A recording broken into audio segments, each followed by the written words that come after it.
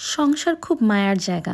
মানুষের মায়া ছাড়া যায় কিন্তু সংসারের মায়া ছাড়া যায় না। একবার যদি আপনি আপনার সংসারের মায়ায় পড়ে যান তাহলে আর সেই মায়া থেকে কখনোই বের হতে পারবেন না। তখন শুধু আপনার সংসার প্রতি ভালোবাসাই জন্মাবে, কখনো ঘৃণা জন্মাবে না, কখনো খারাপ লাগা কাজ করবে না। আমি চাই এই সংসারের প্রতি আমার মায়া আরো বেশি বাড়ুক।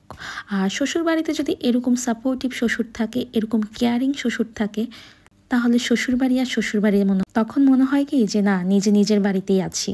আলহামদুলিল্লাহ আলহামদুলিল্লাহ আলহামদুলিল্লাহ। আসসালামু আলাইকুম এভরিওয়ান, ওয়েলকাম করছি আমার নতুন একটি ব্লগে। আজকে ব্লগটা শুরু করছি সংসারে বিভিন্ন রকমের কাজ দিয়ে।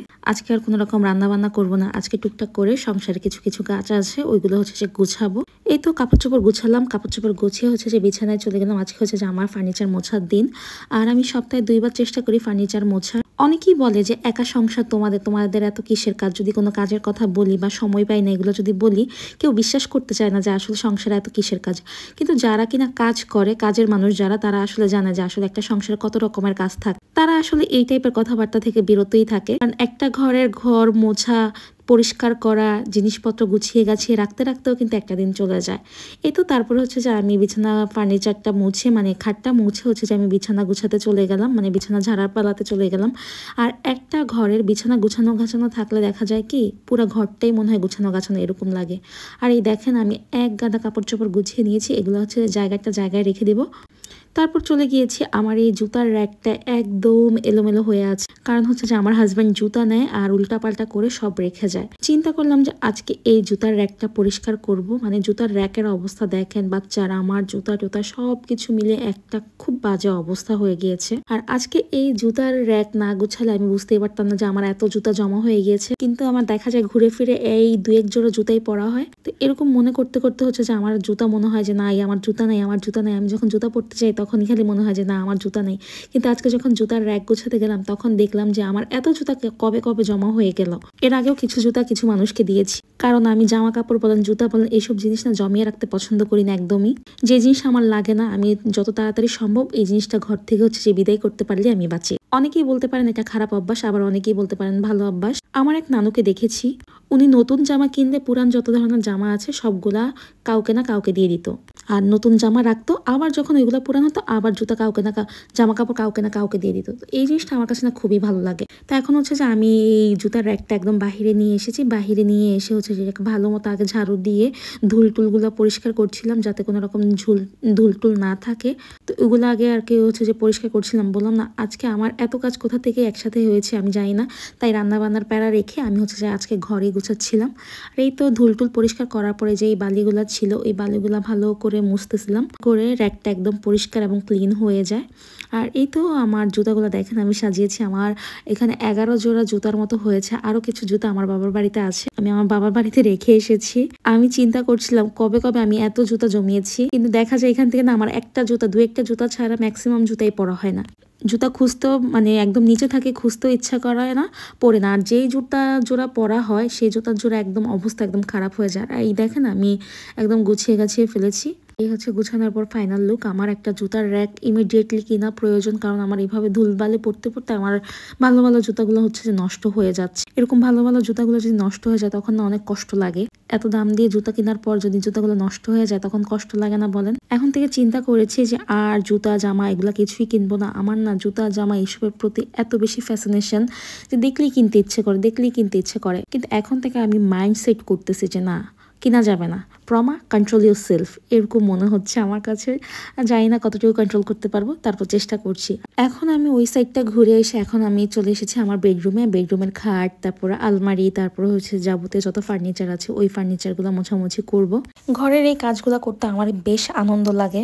আমার কখনই অলসতা আসে না ঘরের কোনো কাজ করার ক্ষেত্রে। আসলে মানুষের সংসার ভালোবেসে ফেললে আর তখন না কোনো কিছুতে অলসতা আসে না। তখন আপনি ভালোবেসে প্রত্যেকটা কাজ করবেন, তখন আর কেউ আপনাকে বলে দিতে হবে না যে এইটা করো, ওইটা করো, এইভাবে করো, ওইভাবে করো। তখন আপনি আপনার আগ্রহ থেকেই হচ্ছে যে কাজগুলো করবেন। আর এই দেখেন আমার প্রচুর শোনা হচ্ছে যে পিছন দিয়ে এসে আমার সাথে কথা বলছে, বকবক করছে। আর ও ছাড়া তো আমার সারাটা দিনই অসম্পূর্ণ হয়ে যায়। ও না থাকলে যে আমার দিনগুলো কিভাবে কাটতো আমি আসলে জানি না। একটা সন্তান যে একটা সংসারে কতটা প্রয়োজন তা হচ্ছে যে সন্তান না হলে আসলেই বুঝতাম না, বা এই জিনিস জিনিসগুলো টের পেতাম না। আর এই হচ্ছে যে আমার রুম থেকে হচ্ছে জানলার ওই সাইডের ভিউ। এই সাইডটাতে আমি জানলা একদমই খুলতে চাই না, কারণ এখানে মশা এসে একদম ভরে যায়, যেহেতু আমি নিচতলায় থাকি। আর এই তো আমি বিছানা গুছিয়ে বের হয়ে যাচ্ছিলাম, অন্যদিকে অনেক কাজ আছে। আজকে খালি কাজই করব, আজকে কাজের উপরেই থাকবো। আপনারা ভিডিও দেখলে বুঝতে পারবেন যে আসলে আমি আজকে কত রকমের কাজ করেছি। আমি এরকমই দেখা যায় 2 দিন চুটিয়ে কাজ করি, করার পর তারপর হচ্ছে আস্তে আস্তে হচ্ছে রেস্ট করি। আর এই তো আমি হচ্ছে জানলাগুলো খুলে দিচ্ছিলাম আলো বাতাস ঢোকার জন্য। নিচতলায় একদমই আলো বাতাস ঢুকে না, দেখা যায় আলো বাতাস না ঢুকলে বাসার মধ্যে রোগ প্রতিরোধ ক্ষমতা অনেকটাই কমে যায়, শরীর ভালো লাগে না, স্বেত লাগে, মানে কিরকম একটা জানি লাগে। আর আজকে হচ্ছে যে আমি এই র্যাকটা ধুবো, মানে ভাত তরকারির যে র্যাকটা আছে এই র্যাকটা ধুবো। এই র্যাকটা আমি হচ্ছে চেষ্টা করি মাসের মধ্যে 2 বার ধোয়ার জন্য, কারণ তেল চিটচিটে হয়ে যায়। কারণ হচ্ছে যে আমার পাশেই হচ্ছে চুলা, আর এই দেখেন তেল চিটচিটে হয়ে কি একটা অবস্থা হয়ে গিয়েছে। এখন আমি এগুলো সরিয়ে নিব, সরিয়ে ভালো মতো হচ্ছে যে এগুলোকে ঘষে নিব। আমি চেষ্টা করি রান্নাঘরে তেল কাইসটা বা ধরেন এরকম তেল চিটচিটে যে ভাবটা এটা যাতে না হয়, আমি যথেষ্ট চেষ্টা করি।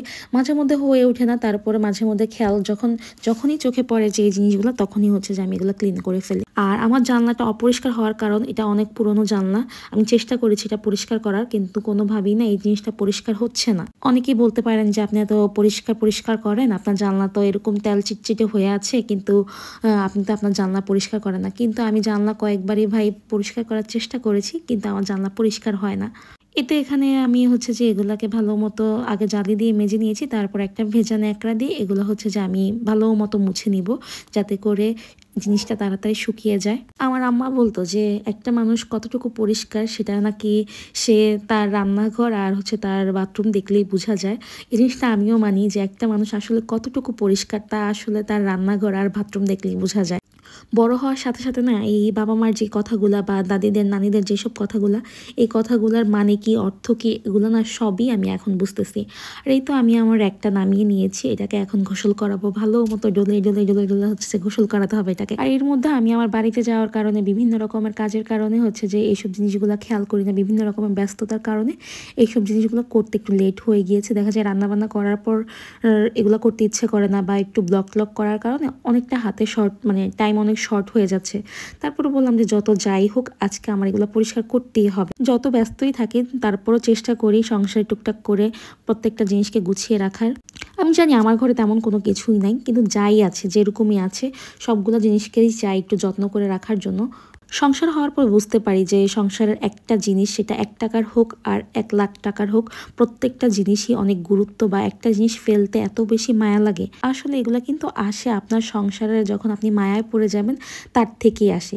এই তো আমার একটা হচ্ছে যে মোটামুটি ক্লিন করা শেষ। এখন হচ্ছে কি এটাকে আমি উঠিয়ে দেবো, উঠিয়ে হচ্ছে যেটাকে ভালো মতো মুছে নিব। আর দেখেন একটা কাজ করতে গেলে কতগুলো কাজ আবার এক্সট্রা করে করতে হয়। ওইটা পরিষ্কার করতে গিয়ে আমার হচ্ছে যে এগুলো নাড়াচাড়া করতে হয়েছে। আর আমি হচ্ছে আমার সোফার কভারগুলো ধুয়ে দিয়েছিলাম, ওই কভারগুলোই হচ্ছে যে লাগিয়ে নিচ্ছিলাম। অনেকদিন হয়েছে সোফার কভারগুলো লাগানো হয় নাই।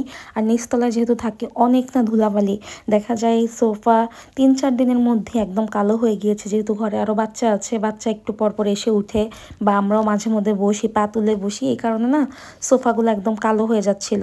তো আর কি করার, এখন হচ্ছে সোফার কভারগুলো দিয়ে দিচ্ছি। সোফার কভারগুলো থাকলে কি হয় যে দেখা যায় কি একদম সোফাটা এত বেশি ময়লা হয় না, অপরিষ্কার হয় না, যত অত্যাচার যত ঝামেলা সবকিছু এই সোফার কভারের উপর দিয়ে যায়। তাই হচ্ছে যে সোফার কভারগুলো দিয়ে দিচ্ছিলাম। এই তো আমার হচ্ছে যে সোফার জামা পরানো শেষ। এই হচ্ছে যে আমার ড্রয়িং রুম গুছানোর পরের অবস্থা। আর এই হচ্ছে একদম সব কিছু গুছিয়ে গাছিয়ে নিয়েছি। এই দেখেন রান্নাঘরও একদম গুছিয়ে ক্লিন করে নিয়েছি। এখন আপনাদের সাথে শেয়ার করছি। বললাম না আমার ঘরে তেমন কোনো কিছু নাই, কিন্তু যা কিছু আছে তা আমার খুবই পছন্দের, খুবই শখের। সবগুলো জিনিসই আমার খুবই পছন্দের। আর এই হচ্ছে যে আমার বেডরুম গুছিয়ে গাছিয়ে নিয়েছি। আর এই হচ্ছে যে আমার ডাইনিং ড্রয়িং। আমি একদিন চেষ্টা করব যে আপনাদের সাথে ফুল রুম, মানে ফুল বাসার ট্যুর দেওয়ার জন্য একদম গুছিয়ে গাছিয়ে নিয়ে চেষ্টা করব আপনাদেরকে আমি আমার বাসার ফুল ট্যুর দেওয়ার জন্য। এই রুমটাও গুছিয়েছি। আর এই দেখেন আমার হাজব্যান্ড কুমির, সে কিনা কিভাবে শুয়ে আছে, সে এইভাবেই শুয়ে থাকে, লেটিয়ে থাকে। এই রুমটা এই রুমটাতে আসলে সেই ঘুমায়, মানে কোনো কিছু গুছিয়ে রাখতে পারি না, একদম উলুট পালুট করে একদম একাকার অবস্থা করে রাখে। তারপরও আমি চেষ্টা করি গুছিয়ে রাখার, তারপরও মাঝে মধ্যে এত বেশি রাগ হয়, মন চায় যে কি যে করতে। আসলে কার কার বাসায় হাজব্যান্ডরা এরকম করে বলেন তো? তো এই তো দুপুরে লাঞ্চে বসে গেলাম, আর আমার হাজব্যান্ড হচ্ছে আমার শাশুড়ির বাসায় খেয়েছে। আমার শাশুড়ির বাসা যেহেতু উপরেই ছিল, সে হচ্ছে যে উপরে গিয়ে ভাত খেয়ে এসেছে। উপরে গিয়েছিল কোনো একটা কাজে, তো সে হচ্ছে যে ওইখানেই ভাত খেয়ে এসেছে। আর এখন হচ্ছে যে আমি আমার লাঞ্চ কমপ্লিট করছিলাম। আর আমি আমার রান্নার খুবই বড় ফ্যান। আমি যে কোনো খাবার রান্না করলে আমি খুব মজা করে খাই এবং খুব তৃপ্তি করে খাই। সেটা যে কোনো খাবারই হোক, খাবার যদি খেতেও খারাপ লাগে তাও আমার কাছে খুবই টেস্টি লাগে। দেখেন আমি কি মজা করে খাচ্ছিলাম। আর আমার এখন ডায়েট করার কারণে কি হয়, সকাল নাস্তাটা স্কিপ করি, হালকা পাতলার মধ্যে নাস্তা করি, দেখা যায় দুপুরের মধ্যে অনেক ক্ষুধা লেগে যায়। তাই হয়তোবা দেখা যায় কি, যেই খাবারগুলোই খাই ওই খাবারগুলো খুব তৃপ্তি করে খাই। আর আমার পাশে মনে হয় আমার বাচ্চা বসেছিল, হ্যাঁ আমার বাচ্চাই বসেছিল। সে বসে বসে সে হচ্ছে কোনো মাছ মাংস কিছুই খায় না। তাকে বলছিলাম যে আসো তোমাকে আমি একটু ভাত খাওয়াই দিই ফিশ দিয়ে। সে বলছে না আমি ফিশ খাবো না, ফিশ আমার একটুও ভালো লাগে না, আমি আলু ভাজি দিয়ে ভাত খাবো। তো আর কি করে, আমি ভাত খেয়ে হচ্ছে তারপর তার জন্য ভাত নিয়েছি।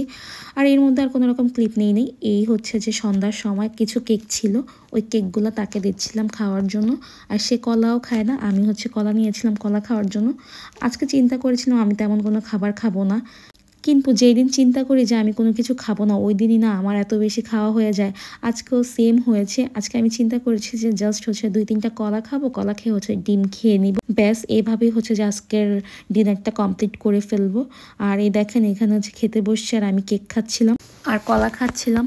মাঝে মধ্যে সবসময় নাস্তা পানি বানাতে ইচ্ছা করে না, সবসময় বাইরের খাবার খেতে ইচ্ছে করে না, মন চায় যে সব কোনো না কোনো কিছু দিয়ে কোনোভাবে হচ্ছে শর্টকাটে হচ্ছে যে চালিয়ে দিই। আর আজকে অনেক কাজ করার কারণে শরীরটাও কিরকম চলতেছিল না, তাই হচ্ছে যে বাচ্চাদের নুডলস খায়, সেই নুডলসটাও রান্না করা হয়নি। আমি হচ্ছে যে তার সাথে না জানি কি নিয়ে হচ্ছে আর্গুমেন্ট করছিলাম বা কি নিয়ে জানি কথাবার্তা বলছিলাম, সেও জানি আমাকে কি বলছিল।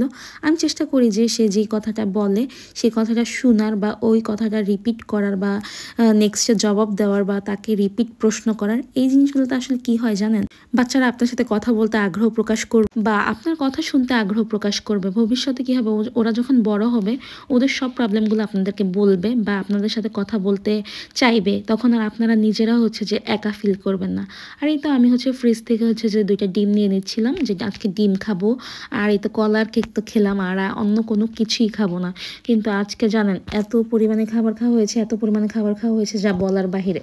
আর আমার হচ্ছে সন্ধ্যার পর যাবতীয় যত ক্ষুধা বাড়ে, আমার সারাদিন আমি না খেয়েও কাটিয়ে দিতে পারবো, কিন্তু সন্ধ্যার পর আমার একটার পর একটা রিপিট বাই রিপিট হচ্ছে যে খাবার খেতে ইচ্ছে করে। দেখেন এখানে আমি আবার পেয়ারা কেটে নিয়েছি, তাও পেয়ারা খাচ্ছি। বললাম না একটার পর একটা খালি খাচ্ছি আর খাচ্ছি। আজকে শুধু আমার খাওয়ার দিন ছিল। আর এই দেখেন আমার এই স্ট্যান্ডটা ভেঙে গিয়েছে, আমার এত বেশি কষ্ট লাগছিল। এই স্ট্যান্ডটা মাত্র 150 টাকা ছিল, কিন্তু এই স্ট্যান্ডটা যে এত কাজের, দামি দামি স্ট্যান্ডকেও এটাকে হার মানাবে। এটা আপনি যে কোনো অ্যাঙ্গেলে যেইভাবে চাইবেন সেইভাবেই হচ্ছে যে আপনি এটাকে কাজে লাগাতে পারবেন। তো এর জন্য হচ্ছে যে আমার এত বেশি খারাপ লাগছিল যে আহারে আমার স্ট্যান্ডটা ভেঙে গিয়েছে। তো আমি ভাবছিলাম যে না যাবো স্ট্যান্ড আনতে, কিন্তু আজকে যেহেতু শরীর আর চলতেছে না, কোনো কিছুতেই চলতেছে না, কোনোভাবেই চলতেছে না, তাই হচ্ছে যে আর স্ট্যান্ড আনতে যাইনি, বাসায় এভাবেই ছিলাম। আরেকটা কথা একটু বলবেন যে বাচ্চাদেরকে কিভাবে পড়াশোনার প্রতি আগ্রহ দেখাবো। আমার বাচ্চাকে তো কোনো পড়াশোনার কথা বললে একবার বললে সেকেন্ড টাইম আর ও বলতে চায় না, খুব চেষ্টা করার পরও বলতে চায় না, একবার বলার পরেই আর চুপ হয়ে যায়, একটু কাছে আসতে বলতে কাছে আসে না। কিভাবে 4 বছরের বাচ্চাদেরকে হচ্ছে যে আপনার পড়াশোনার প্রতি আগ্রহ বাড়ানো যায় বা পড়াশোনা করতে বসানো যায়, একটু যারা কিনা আছেন, যারা কিনা আমার ব্লগ দেখছেন তারা অবশ্যই আমাকে জানাবেন। আর এই তো আমার ডিম হচ্ছে সিদ্ধ হয়ে গিয়েছে। আমি হচ্ছে যে ক্রিম বয়েল ডিম খেতে খুবই পছন্দ করি, কিন্তু আজকে ডিমটা অনেক বেশি শক্ত হয়ে গিয়েছে। আমার কাছে এরকম শক্ত ডিম একটু ভালো লাগে না, কেমন জানি গলায় আটকে যায়। আর একটু কম সিদ্ধ করলে হচ্ছে যে জিনিসটা ক্রিম বয়েল হয়ে যেত। তো আর কি করা, ছুলে নিচ্ছিলাম। আর ওই দিনকার ডিমটা তো দেখলেনি, সকালে একটা ডিম ছিল, তাও হচ্ছে যে আমার নসিবে জুটলো না। ওই ডিমটাও একটা ডিম ছিল, একটা ডিমও নিচে পড়ে গেল। আর এই তো ডিমগুলো হচ্ছে যে আমি ছিলে নিচ্ছিলাম। আর ডিম ছেলার পর ডিম দেখতে না আমার খুবই ভালো লাগে, এত বেশি কিউট লাগে আমার কাছে ডিম দেখতে। এই যে বললাম না আজকে ডিমটা হাফ বয়েল হয়নি, এই দেখেন একটু ছিল, আর একটু রাখলেই আর একটু কম রাখলেই হচ্ছে যে ডিমটা হচ্ছে যে ক্রিম বয়েল হয়ে যেত, আমি যেরকম চেয়েছিলাম ওইরকম। তো আমি যেন কী বকবক করছিলাম তার হচ্ছে যে আপনাদের সাথে না বলি। তো এইটা হচ্ছে যে আমি খাচ্ছিলাম, ওইটাই আপনাদের সাথে শেয়ার করছি। আমার কিন্তু ডিম খেতে একটু ভালো লাগে না, কিন্তু এখন হচ্ছে যে বললাম না আজকে ডায়েটের কথা চিন্তা করে হচ্ছে ডিম খেয়েছিলাম। কিন্তু আজকে যে আমার এত খাবার খাওয়া হবে তাহলে তা যদি জানতাম তাহলে আর খাবার দাবার ওইভাবে খেতাম না।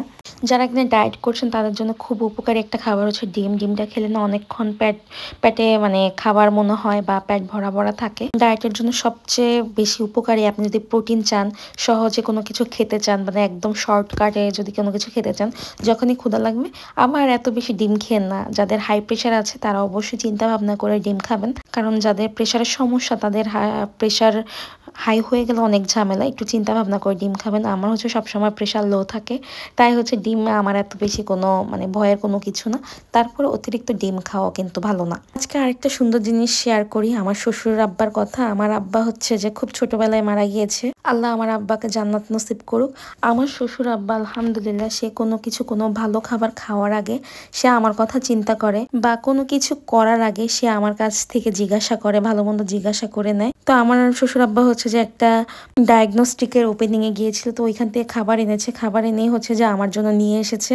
এই জায়গা থেকে আমি খুব ব্লেসড যে আমার ইনলসদের ফ্যামিলি এত বেশি ভালো পেয়েছে, এত বেশি সাপোর্টিভ পেয়েছি। আলহামদুলিল্লাহ, আলহামদুলিল্লাহ। যার কারণে কখনই আমার ইনলসদের বাসায় বা নিজের বাসায় কখনই নিজের বাসা বলতে দ্বিধাবোধ হয় না। বা অনেকেই বলে না শ্বশুরবাড়ি নিজের বাড়ি হয় না, আসলে আমার শ্বশুরবাড়ি আমার নিজের বাড়ি মনে হয়। আমার এক মুহূর্তের জন্য মনে হয় না যেটা আমার শ্বশুর বাড়ি, বা তারা আমার সাথে ওইভাবে ট্রিট করে না যে আমি আসলে তাদের ছেলের বউ। আলহামদুলিল্লাহ, আলহামদুলিল্লাহ। তো বললাম না, আজকে বলছিলাম যে কোনো খাওয়া দাওয়া করবো না, এর মধ্যে হচ্ছে উপর থেকে আমার শাশুড়ি কল করেছে, বাসায় মেহমান এসেছে, বাসায় যাতে খাওয়া দাওয়া করার জন্য যাই। ওই ক্লিপসগুলো আর নিতে মনে নেই, বা এত মানুষের সামনে ক্লিপস নিতে আমার লজ্জা লাগে, তাই আর আমি ওই কোনো ক্লিপস নেই নেই। কিন্তু দেখেন সন্ধ্যা থেকে আমি কতগুলা খাবার খেলাম, কতগুলা খাবার। তো আর কি, এই তো খাবার খেতে খেতে হচ্ছে যে আজকের জন্য এই পর্যন্তই শেষ করে দেবো, আর ব্লগটা বড় করব না। আমার ভিডিও যদি আপনাদের কাছে ভালো লেগে থাকে অবশ্যই আমার চ্যানেলটা সাবস্ক্রাইব করে রাখবেন, বেল বাটন প্রেস করে রাখবেন, যাতে করে আমার ভিডিওগুলো নেক্সট ভিডিও যখন ছাড়বো আপনাদের কাছে যাতে পৌঁছে যায়। আর আপনারা কি ধরনের ভিডিও দেখতে চান, কি ধরনের ভিডিও আমার কাছে আশা করেন, অবশ্যই হচ্ছে কমেন্ট করে জানাবেন। আর ভিডিও ভালো লেগে থাকলে অবশ্যই কমেন্ট করবেন। আর আমার একটা ছোট ফেসবুক পেজ আছে, চাইলে আপনারা আমাদের ফেসবুক পেজেও ভিজিট করতে পারেন। আজকের জন্য এই পর্যন্তই। সবাই ভালো থাকবেন। আসসালামু আলাইকুম, আল্লাহ হাফিজ।